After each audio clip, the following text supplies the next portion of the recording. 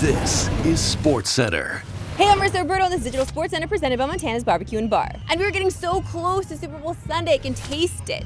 Can you believe it? It's just 2 days away. And honestly, you can feel it in the city. It's getting more and more congested as I speak. And as you've seen all week, we've talked to a ton of people breaking down the game. But maybe in all of NFL media, there's maybe no one better at breaking down the game than ESPN's Kevin Clark, who we caught up with earlier. I mean, with Kevin Clark, there's been so much analysis leading up to this game, of course, but what's the one matchup that you have not heard yet? That I haven't heard yet. That you feel like people should know about? Yeah, no, I know. I mean, first of all, like the obvious one is Saquon Barkley. Yeah. Like, I mean, the problem with Saquon Barkley and the schematics of it all is even if you get a linebacker in front of Saquon Barkley, he might just run through the linebacker. He might do a reverse jump over. So, like, it's really hard to figure out what that's going to be. Can you tackle Saquon Barkley? I think Vic Fangio against Patrick Mahomes, to me, is really interesting, the defensive coordinator. He hasn't had a ton of success against Mahomes. Mahomes has been, in his career, stymied by the type of defense that Vic Fangio employs, putting two safeties deep. But the problem is, Mahomes is like the ultimate problem solver. Like, he is really good. I unfortunately compared him to MacGyver earlier, but like Zoomers don't know what that is, and so I've just had to stop doing the MacGyver thing. No, you have to know who MacGyver is. You have to know. Just look it up. He solves problems with like paper clips and with stuff. Anything. The problem is that he will take what the defense gives him. That's why it's so hard for like Vic Fangio or any of these guys to say, okay, well, we'll just do this to him. Well, he'll just do the opposite. He'll do whatever. He will find space on the field, which is really hard. Every other quarterback gets bored and is like, oh, I don't like these 4-yard drag routes. I don't like these screens. I'm just going to go deep. Mahomes is just really good at being boring. I had Steve Young on my show last year, and he said that Mahomes gets all the credit for being Superman, but he doesn't get enough credit for being Clark Kent. That's another, Zoomers, look it up. But that's another thing for me where I just think like, everything he does is there's a reason he wins these games. He's perfect. Of course. He knows exactly what to do in every situation. That's why like I've become like almost anti-science with this because I believe in analytics and data so much. And I say, oh, the Eagles have a better roster and they've got Jalen Carter and they've got the better lines, whatever. And then I'm like, well, it doesn't matter. Like Mahomes is there. It doesn't matter. He's the Terminator. I don't believe in anything except Patrick Mahomes. No, okay, so I guess your prediction for Sunday is an obvious one. Yeah, the Chiefs are going to win. Yeah. Like 27-24, I think. Okay. I wrote it down at the beginning of the week and I've forgotten it, but that seems right. Close enough. You're giving a little something to the Eagles at least. Something. They will score 24 points and then lose. It's going to be the same stuff we always see. The Eagles are going to look better. Yeah. They're going to be up like 4 points with like 8 minutes to go. And then Travis Kelce is going to get the most labored like 4-yard route, and he's going to be wide open. No one's going to be anywhere near him, and he's going to kind of hoof down the field, and they're going to win the game. Oh, print that. You've seen it. Print it. You know, I really love Radio Row. You just run up to people that you notice and recognize, and sometimes they're nice, like Kevin. You can watch Super Bowl Sunday on CTV and TSN 6:30 Eastern, 3:30 Pacific. But don't worry, there's a giant pregame starting at 2 Eastern. Over the 6 years that Digital Sports Center has been on the air, we have made some friends with athletes. But none more than the Snowman left tackle Dion Dawkins for the Buffalo Bills. I mean, you saw the cold open. What other athlete would do that with me? We spoke to him earlier, and let me just give you a little spoiler. This interview was crashed by a big-time name in the NFL. One who maybe recently requested a trade? Last time we saw each other, you said Swiftie was needed in the NFL. What? Swiftie? Like she was good for the NFL. I mean, I'm cool with everybody getting there and their shine. You know, Swiftie, do your thing, bro. Love on your guy, be that person, and be you. Like, be you. You're a superstar. Be yourself. Okay, but I appreciate you for being with my guy. No, I appreciate her for all of those reasons too, but I feel like, okay, they had their moment in the sun. Now I want to see you shine up there with whoever you want to shine with. Oh, are you telling me to call on somebody? Yeah. Call on like a celebrity crush? Yeah. Yeah. I'm waiting. Yeah, I don't know. I got a couple of celebrity crushes. You know? He's thinking about it. You know? Just check your DMs. If you get a DM and for me, just know it was what I ain't say on camera. Just know, you know, you're in your DM, Day. You know what I'm saying? Yeah. Okay, speaking with musical artists, obviously we have Kendrick for halftime show, but who would be your dream halftime show? Whitney Houston. Ooh. Sing that song, Whitney. Yeah, I'll probably have Whitney. She's elite. She is elite. Now, obviously there's a lot to get up to in this town. What will you be doing specifically? And what? In NOLA. Eating. Let me see this. Okay. She don't understand who she's talking to. I'm going to hijack the microphone every time. Since she wants to ask me who my crush is, who's yours? I'm married.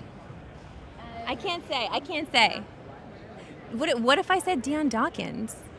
She's married. But I'm married. I mean, she's married. I'm married. So, yeah, I don't Canada, know. I mean, I like Dawson. Look. There he is. Love it. Myles, what up, brother? Boy, it's good to see you, bro. Yep, keep doing you. I'm right here if you need me. Love. Yeah, told you. Telling you. It was just energy. It's energico. There was energy and love. Love the dude, I swear. If he comes and plays with us, I'll be happy as hell. But yeah, we're crushed. We're crushed. We are media married. Yeah, we are. Daddy approves. So wait, she are you gonna approves. Wing nuts over Are bar we bill. gonna see each other on the red carpet then? We are, for Yeah? sure. Okay. Yeah, I'll pop over and show some love. You don't understand. We were literally just talking about Myles Garrett before the interview started, and then Myles Garrett crashes the interview. All right, the interviews aren't done yet because we got a lot from Radio Row. So we're gonna have some fun with this one. Lathan of The Ringer is well-versed in many subjects, from sports to schooling Kanye West to superheroes. Well, we focused on the latter, as we got him to compare players in the Super Bowl to comic book characters. You're a big superhero guy? Huge. Yeah? Okay, so let's do a couple of comparisons to some of the players that we're seeing in the Super Bowl, okay? Okay, for sure. Okay, so Patrick Mahomes, who do you got? Patrick Mahomes will probably be Iron Man. Oh, He will probably be Iron Man for two reasons. Number one, everything is written for him to succeed. And number two, it's time for that character to go away. So, this is the end game of the Chiefs, and I can only hope and pray that they go away for a little while. So, okay, yeah. How about Saquon? Oh, Saquon, that's a good one. Thor. Ooh, yes. Thor. Yes. Physical, he's got the whole mantle, was down a little bit, then came back. If you ever saw, Thor went through some tough, sad times. Sure did. And now he's back, so I'm going to go Thor for him. Okay. Jalen? Black Panther. Okay. Yeah. Black Panther, we're getting rid of stereotypes. We're kicking down walls. And the entire world is resting on your shoulders right now. That's right. You got to get it done, Jalen. We need the evil empire to come apart. So go ahead and do it. No pressure. Right. At all, though. One more, Kelsey. Okay. Ooh, that's a good one. Kelsey is a good one. Let me think. You know what? I'm going to go to Hulk. Okay. Nice, mild-mannered guy. Yes. Off of the field. Yeah. Podcast with his brother, lots of jokes, having a good time. But when the game is on, that's right. You would not want to make him angry. Yeah. Excellent choices, friend. I appreciate Incredible. that. Incredible. That was amazing. Those were all spot on. Wouldn't have changed a thing. Also, I love a good superhero geek, okay? You know me. Now joined by Josh Lewenberg to talk the deadline. Great to see you, Josh. Hey, Marissa. Happy Super Bowl week to you. Okay, Josh, gotta say, I was a little confused about Toronto at the deadline. Why would they give up an asset for someone who could theoretically walk in a few months? Yeah, I'm a little confused too, but more so about the fit and the timing than his pending free agency. To make a move like this, you've got to get some assurances. So it sounds like Ingram wants to be here, and they have a pretty good idea of how much it'll cost. They've already started talking extension. My sense is that it'll end up falling somewhere in the $35 to $40 million range annually. But remember, the player has a lot of leverage in this situation. When a team goes out and trades a first-round pick for players' bird rights, they're pot committed. They've got to bring that guy back. Ingram is represented by Clutch, so you better believe that they're going to have that in mind going into negotiations. With 31 games to go, do you see the Raps keeping him out and trying to get more lottery balls? Or will they push for the play-in?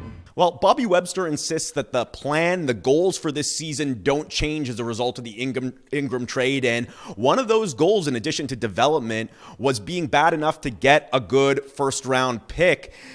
Obviously, if they're able to do that, or at least have a chance at a good pick, that'll make a lot of people feel better about this Ingram trade, myself included. So much of it is going to come down to the availability of Ingram. The medical staff is going to get a good look at him this week and make a determination on timeline, when he's going to be back, how much he's going to play.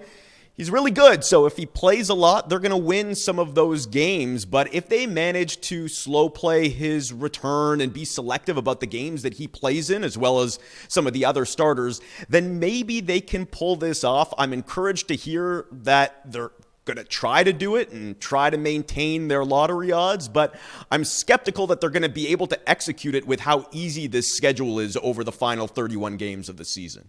Josh Lewenberg, a pleasure as always. Thanks, Marissa. Okay, so yesterday was NFL Honors. And while history was made for Josh Allen and the Buffalo Bills, and of course we were going to mention that the producer of the show is the biggest Buffalo Bills stan you ever met in your life, we still had an interesting time on the red carpet, even though we did not get to talk to Josh or Haley Steinfeld. So let's take a look at how that night went on this edition of Roberto on the Go.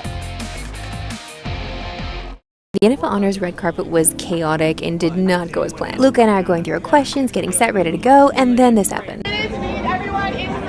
They're kicking all of us off the red carpet and wanting us to go back. I better get the red carpet picked now because you won't be seeing me here Basically, they're just trying to prevent a backlog on the red carpet of people getting interviews and then not making their way to their seats.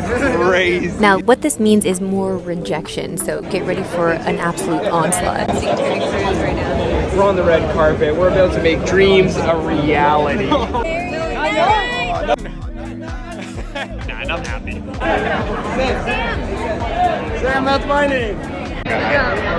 One so far, ice-ish by Max Crosby. You want to say hi to Canada?